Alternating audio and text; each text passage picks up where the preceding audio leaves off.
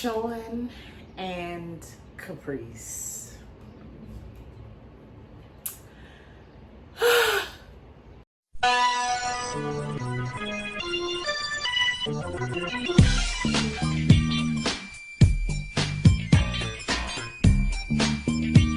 What's up, y'all? I'm Jenise and welcome back to Jen on Books. Today I'm going to be doing my review of Fast by Millie Belizaire, and I am just so excited to finally talk about this book. So I actually read Fast about 3 or so weeks ago. I completed it about 3 or so weeks ago. And Sean and Caprice, who are the main characters of this story, have just been living with me. And I love them down. Before I get into this review, I just want to go ahead and let you know right now, there will be spoilers. Because I need to just express what I need to express, okay? So if you do not want to hear spoilers about this story, feel free to exit now, but I just gotta say what I gotta say. Okay, now that we got the right people in the room, let's get into it. So Fast is a story about a young lady. It's a coming of age story about this young lady named Caprice Lattimore who goes through some extremely difficult, tragic things. And it follows her life in 3 parts, right? So the first part, she's age 8. The second part, she's around 16 in high school. And then the last part, she is 28 years old and she is in her career, okay? This is her story after her mother has passed away and she goes to live with her grandmother and her uncle. And child, the heartbreak that this young lady endures is just insane.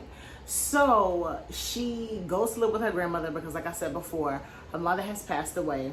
And she don't really know them like that, but she just kind of getting to know them or whatever have you. And inside her grandmother's house is also her uncle Marcel, who can catch these hands any day of the week. Both of them, as a matter of fact, they are deplorable. But we're going to get to it. So essentially what happens is she starts getting abused by her uncle.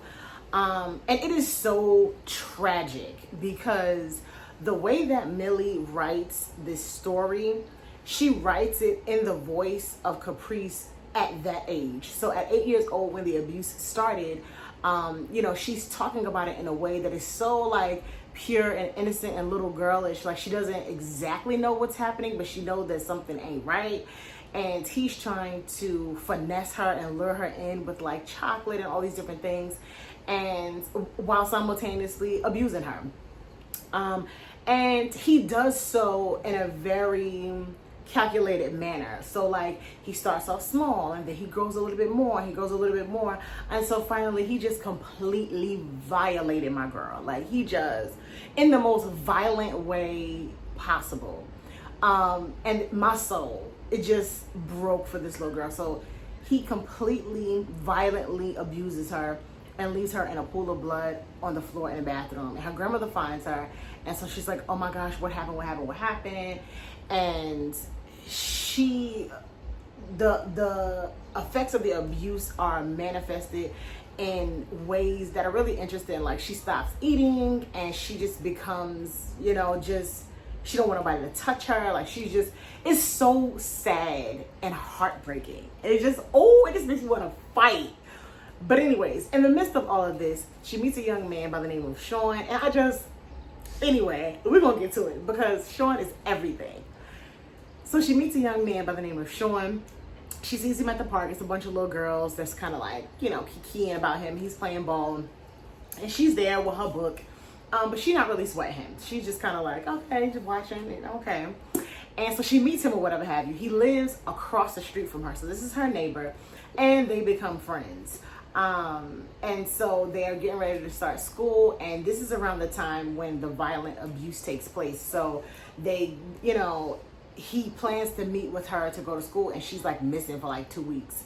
So then he comes by the house to figure out like what's going on, because he knows something is wrong. But the grandmother is just trying to, shoo him away or whatever have you. Finally, she comes back to school, and she's not the same. Obviously, like I said before, she had lost a bunch of weight, so they were saying like, oh, she just had the flu for 2 weeks, and just trying to cover it up. And he notices that something is like different with her. So they are becoming friends, and she's learning how to trust him. And so he takes her to the park to go play ball, and he's trying to teach her how to play basketball, and he accidentally brushes up against her, and she has a complete meltdown. Like, she is like screaming, like losing it, and he's like freaked out because he don't know what happened. He's like, oh my gosh. So he starts crying too. So I guess she realizes in that moment, like, okay, he's not trying to hurt me. So they become friends, whatever have you. On their way home, they see the police. So let's backtrack a little bit. Her grandmother knows that something happened to her, because remember, she found her in the pool of blood on the bathroom floor.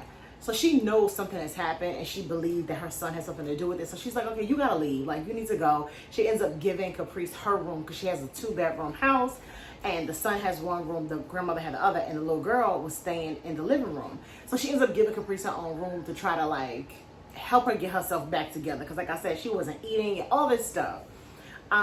So she tells her son, okay, you need to go, you need to leave, you know, it's just gonna be us, you need to leave. And he's like, oh, whatever, Ma. He's not paying her no mind. So the mother takes it a step further and was like, you know what, if you're not out by XYZ date, I'm gonna call the police. And he wasn't out. He didn't take her serious, so she called the police. She did not know that her son was selling drugs. So when the police came to like escort him out of the house, they found drugs. So he ended up going to jail for like 12 years. And as they are coming back from the basketball court, Caprice sees the police at her house, and Sean is with her, and she's like crying, and he's like, oh my gosh, are you okay? She was like, these are not sad tears. So it goes to the teenage years. So she's a teenager, and the grandmother has essentially blamed Caprice for the fact that her uncle is in jail for all these years. So let me help you make sense of this. So she knows that something has happened with her son and her granddaughter, right? But she doesn't know exactly what it is. But what she does know is she wants him out of the house. She calls the police to get him out of the house. The police find drugs, so the police take him to jail. And she ends up blaming Caprice for him going to jail. And essentially calling her a fast butt and just saying all this stuff, blaming him. You're the reason why my baby's in jail, XYZ, this, that, and the third. And she goes from trying to help this little girl and trying to make her eat, remember, because she wasn't eating, to essentially starving her. Like, she just stopped feeding her and just completely put all the blame on Caprice for her uncle being in jail. And so, needless to say, she's a young lady that is like really, really smart, but struggling. You know, she doesn't have a lot. She doesn't have a mother. She doesn't really have nobody around that loves and cares for her except for Sean. So Sean and his mom, by the way, because I don't want to miss our own mom, Dukes, okay? Because I live for her character. But anyway, so Sean is like still her friend, but now he's this like popular basketball player in school, and she's nerdy, and you know, she doesn't have a lot, so she doesn't have like the best shoes or whatever have you. So people are picking on her. And they're going through this high school experience, and he ends up getting her a job. Well, his mother ends up getting her a job. So now she's like saving up her money, because she's just like, okay, when I turn 18, I am out of here. Okay, I am going. And essentially what happens is Sean is going through his teenage years and, you know, trying to get into a really good college, and he's dating around or whatever have you. But all of his relationships keep breaking up because the girls keep asking him to choose between his best friend Caprice and them. And he's like, I'm always going to choose Caprice. It's always going to be Caprice, okay? So their friendship is continuing to grow. And secretly, but not so secretly, Sean is like, his feelings are like starting to come to the surface about how he feels about Caprice. And she secretly is having feelings for him too, but neither one of them are saying it to each other. So I'm just like, girl. It is just so, so cute. But anyways, Caprice's grandmother, Gracie, drops a bomb on her and essentially tells her that your uncle was coming back home early. Bloop. So what? And she is like terrified. She is terrified and devastated and just, girl. Throughout these years, her grandmother has been very evil to her. Like I said, she's been starving her. She's abusing her. She burned her with a cigarette. Just deplorable. Her grandmother is a trash. And that really invoked a lot of emotions and feelings in me, because none of these things ever happened to me. All praise to the Most High. But I do know like people that have had these types of experiences where they have been abused, and then they try to tell their guardians, or they try to tell their parents or whatever, people that are supposed to protect them, essentially. And they don't believe them. They are like, girl, whatever. And then they also end up blaming the victims for anything bad that happens to the person that has victimized them. So it is just a terrible cycle that has happened in the lives of so many different people, where they are abused and then they try to reach out for help, and then people are just like, oh girl, you're the problem. And so the people just begin to sink deeper and deeper. And it's just so sad. And most of the time there's nobody there to tell them the opposite or show them the opposite of what they have experienced. There's nobody there to love them. But in this story, there is Sean and there is his mother. I forget her name. I think her name was like Sylvia or something like that. I can't remember his mother's name. But anyways, they show this girl so much love. So bam, uncle comes home and sis is scared for her life. So she's still staying in the grandmother's room. And so she is like locking her door at night, and she is terrified. So essentially what she does is she decides to skip school one day, and she tells Sean to go with her.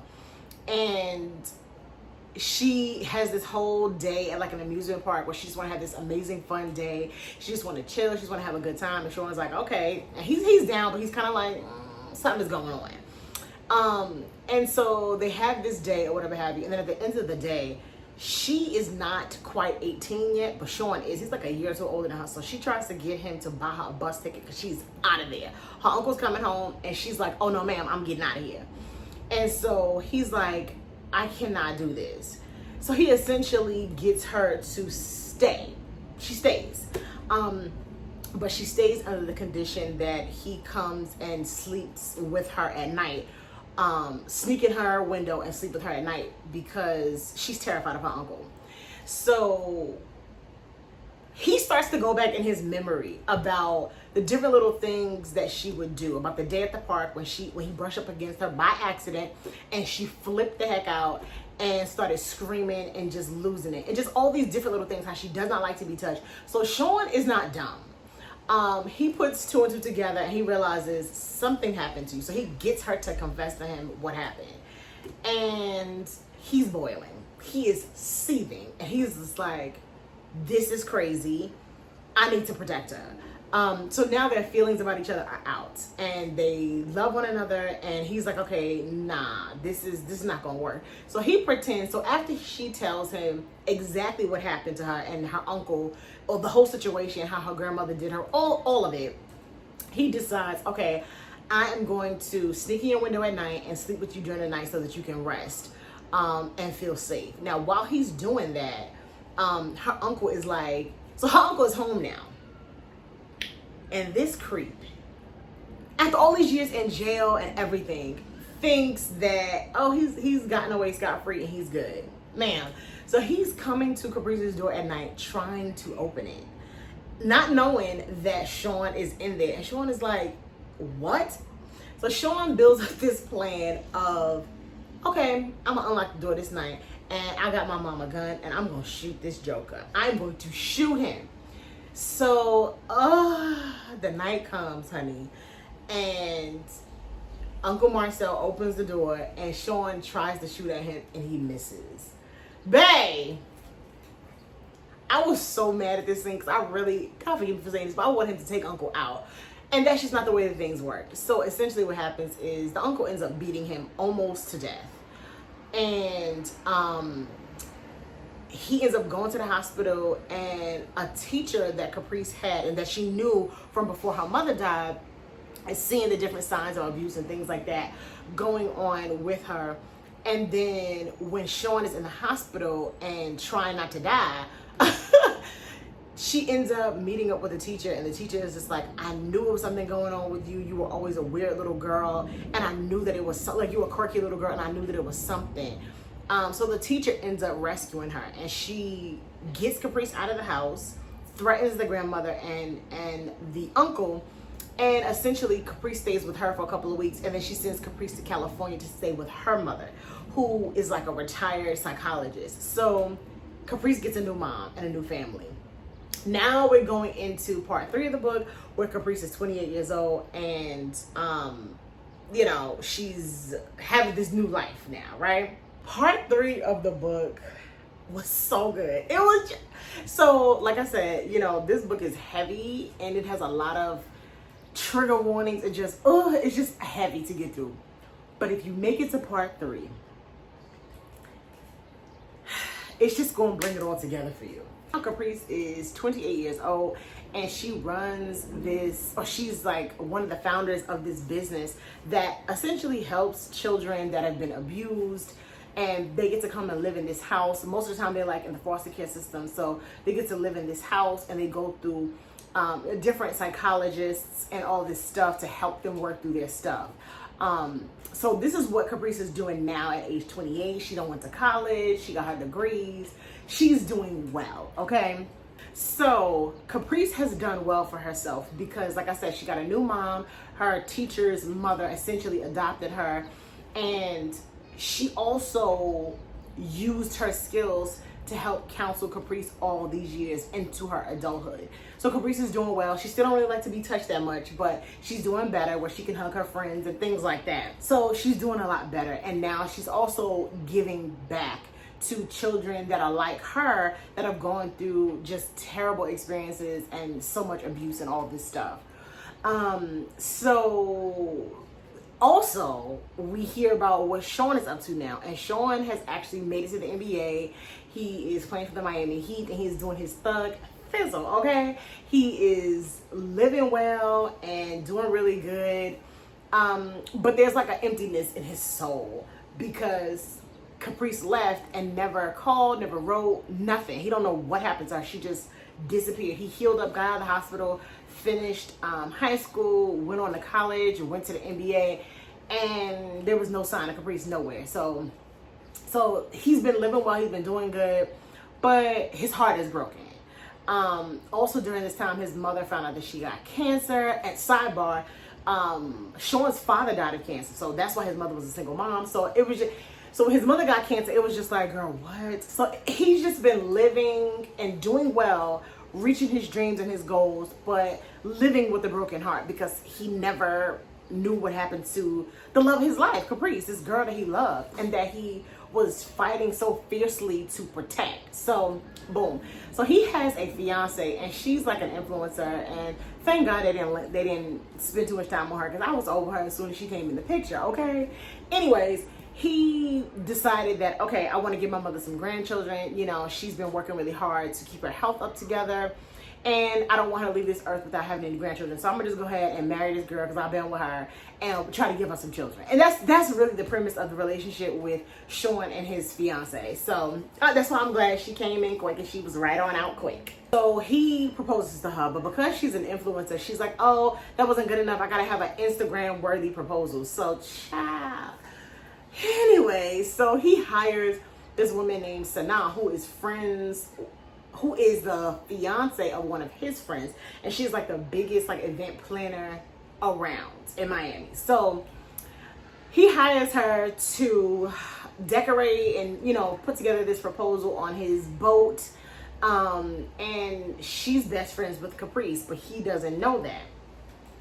So she gets Caprice to come help her decorate for this event, but she doesn't tell her who it's for because contractually she can't. So Caprice goes or whatever have you, and she's like, oh, look, the guy named his boat the Caprice, and she was just like, that's interesting, because you know, like anyway. So she's chilling out on this boat, and so they finish the job of decorating early, and Sean goes to the boat to just see what's going on, because like, okay, she didn't tell me nothing about the decorations, about the setup, nothing, so let me see what is going on. So he rolls up on the boat. No, he rolls into town, like getting ready to go to the boat, and he runs into Sanam, and they have like a love-hate relationship, you know, whatever. And she doesn't tell him that she's done with the job early and that they about to just use his boat to just chill and get their life. So he's just like, girl, I know you ain't got some random chick up on my boat and y'all finna chill. So he rolls up on the boat, and Caprice is out there topless, chilling, living her best life, waiting for her homegirl to come back with the food. And he's just like, Caprice. This is how they meet back up. And it is just, oh, the second they meet up, my heart, I was like, girl, he don't want. That's it. This is your chance to reconjoin, okay? So I was so happy about that. But anyway, they meet back up, and you already know he does not get engaged. Oh, he doesn't re-propose to his fiance. He let her go because it's always going to be Caprice, okay? It's always going to be Caprice for Sean, okay? So it was just so good. So he starts to like court her. Now, a sidebar to this is within her not-for-profit organization, I believe, it's called FEEL, where they are servicing these children with mental, emotional issues due to abuse. She does not do the one-on-one talk therapy. She is the person with the numbers. She don't want to do the one-on-one talk therapy. So the other therapists within this practice do that. But they cannot break through to this one little boy named Coffee, who I loved. Oh, he was everything. Anyway, they cannot break through to this one boy because he suffers from, I believe it's called dissociative disorder. So essentially he has multiple personalities. So it's Coffee, and then there are two other personalities within him. Coffee has endured the worst, similar to Caprice. And so she's like, I don't know if I'm going to take on this kid or whatever have you. I don't do talk therapy. I just don't do that. And so she ends up taking him on and helping him. And Coffee just, he pulled the strength out of Caprice. Because she was really, the reason why she did not do talk therapy is because she felt like she was not finished with her own work. And her mother was able to help her to understand that you're never going to be finished. Like, you know, it's never going to be like a point where you are absolutely finished. So he was such a beautiful addition to the story because he was like the perfect mirror to put in front of Caprice to show that, you know, you can be better. And you could also help others along the way. And it was just so good. But I want to get back to Sean and Caprice. I love this book so much because it had all the elements that I love in a book. I love to hear about Black people's stories from Black people's perspectives. I love an undertone of romance. And I live for a good coming of age. And this was all of that. The love between Sean and Caprice was the most pure thing I have ever read in my life. It was so, there's a scene, right? Because like I said, they grew up, they both did well, they followed their dreams, they accomplished their goals. But Sean had a hole in his heart. He was living with a broken heart because he never knew what happened to Caprice. Now, they did tell us that he did find Caprice at one point, and he was hurt because he was just like, wow, she seems to be doing good, and she never called me, she never followed up, she never checked up, like nothing. So he just kind of let it be and was just like, I guess she's doing good, I'm gonna just let her live her life. So when they did reconnect, there was a need for a conversation of explanation from Caprice to Sean.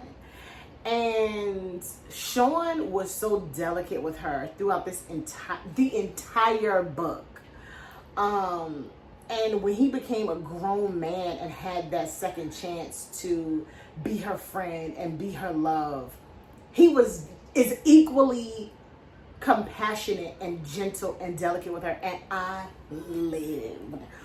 I understand why Caprice just kind of, she struggled to go back and reach out to him, see how he was doing, whatever. You know, I totally understand because reaching back also was like forcing her to face the things that happened to her. And she also carried a lot of guilt about Sean almost being killed and possibly losing everything that he worked for, which is to become, you know, a basketball star and all this stuff. And she just felt like a burden to his life. And so even after she had done well and, you know, she kind of followed his life a little while, she knew that he had been doing well. it was so difficult for her to turn back, to speak to him, to do anything, you know, to connect with him, whatever have you. So when, I don't like to say fate, I say when the Most High brought them back together, she still owed him a conversation, in the least bit a conversation. And them, first of all, the conversation did not come immediately. There was like we know we gotta have a conversation, right? It was like that. But when the conversation came, Sean was just a perfectly written character from childhood to adulthood. Because there was a within this conversation that they had, she was essentially like apologizing to him. And he was very much hurt, and you could feel it. But he also used a measure of temperance that was so godly and just so beautiful. So she was like, you know, I was wrong for XYZ. And he would say yes, or he would say no, or he would say maybe. He did not hit her with the, I'm mad at you, you left me hanging for 12 years, you know, you shouldn't have did this, you shouldn't have did that, or you should have done this, you should have done that. He didn't do none of that. He just let her talk, let her get her feelings out, and he responded with the, yes, that's right, no, maybe. Like, it was just, it was so beautiful and so gentle and so delicate. And they have this thing where whenever first of all, she's a crybaby, so she cries like real quick. And whenever she cries, he cannot help it but to cry. And that connection it just had me in my feelings. And the way that he loved her was so beautiful and so gentle and so delicate. I was just outdone. I was outdone. I thoroughly enjoyed this book. This book was a 6-star read for me. I loved it. It was so good, and it ended on such a beautiful note. Obviously, they were together. They got married. It's just, this was, okay, there it is. This book was a manifestation of the song, You Should Let Me Love You. Like, Sean loved that girl down. He loved her down. You know, issues aside, he loved her down. And he was patient, and he was honest. And he was just everything. I think Sean is the MVP of this book. Now, we live for some caprice. And also, I have to mention his mother. His mother was amazing because she knew from him as a child that he liked her, and she encouraged it, and she was very just an amazing mother. Like, just an amazing mother. She looked out for her son. She looked out for Caprice. And that's the other thing too, she was like best friends with Caprice's mother, because like I said, they lived next door to each other, and that was the house that she grew up in. So anyway, Sean's mother was amazing because she raised him to be an amazing, well-rounded young man that was so emotionally strong and emotionally available. I was blown away. I was blown away at how stable he was. Even with him losing his father. And yeah, he was a young man, made a dumb decision trying to kill somebody. And also, you know, almost getting beat to death. You know, so it showed that he was human. He was not perfect. But when it came to Caprice, he was perfect for her. Perfect for her. And I loved it. In the end, Caprice and Sean ended up adopting Coffee, which was everything, because it just came full circle, you know, and I just loved it. Millie Belizaire, I hope I'm pronouncing that right. But Millie, you did your big one with this one. This gave me so much. And so let me just say this to round this out, because this video is getting mad long.